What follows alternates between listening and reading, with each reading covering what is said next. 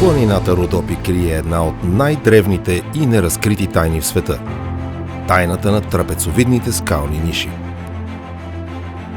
Никой не знае защо са били направени, никой не разбира как са били направени, никой не помни кой ги е направил. Времето минава, а загадката в скалите остава. Ние от екипа на проекта Светлина и Култ се опитахме да научим повече, като се срещнахме с хората, които живеят по тези земи. Допитахме се до учените, които изследват загадката. 30 години се занимавам с това, но малко не ми стига времето, за да направя категоричен извод.